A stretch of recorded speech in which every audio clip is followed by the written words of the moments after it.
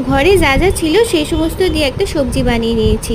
তো তার জন্য ফ্রিজ থেকে সবজিগুলো বের করে ভালোভাবে কেটে নিয়েছি। আপনি আপনার ইচ্ছা মতো সবজি এতে অ্যাড করতে পারেন। আমি এখানে বেগুন, পটল, কুমড়ো, বরবটি দিয়েছি।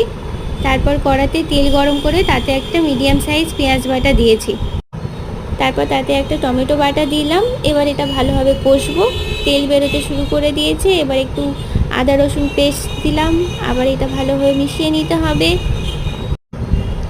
দেখুন ভাজা ভাজা হয়ে গেছে। এবার এতে সমস্ত সবজিগুলো আমি অ্যাড করে দেব। সবজিগুলো ভাজার কোনো দরকার নেই। সবজিগুলো দিয়ে দিলাম। এবার গুঁড়ো মশলা অ্যাড করব।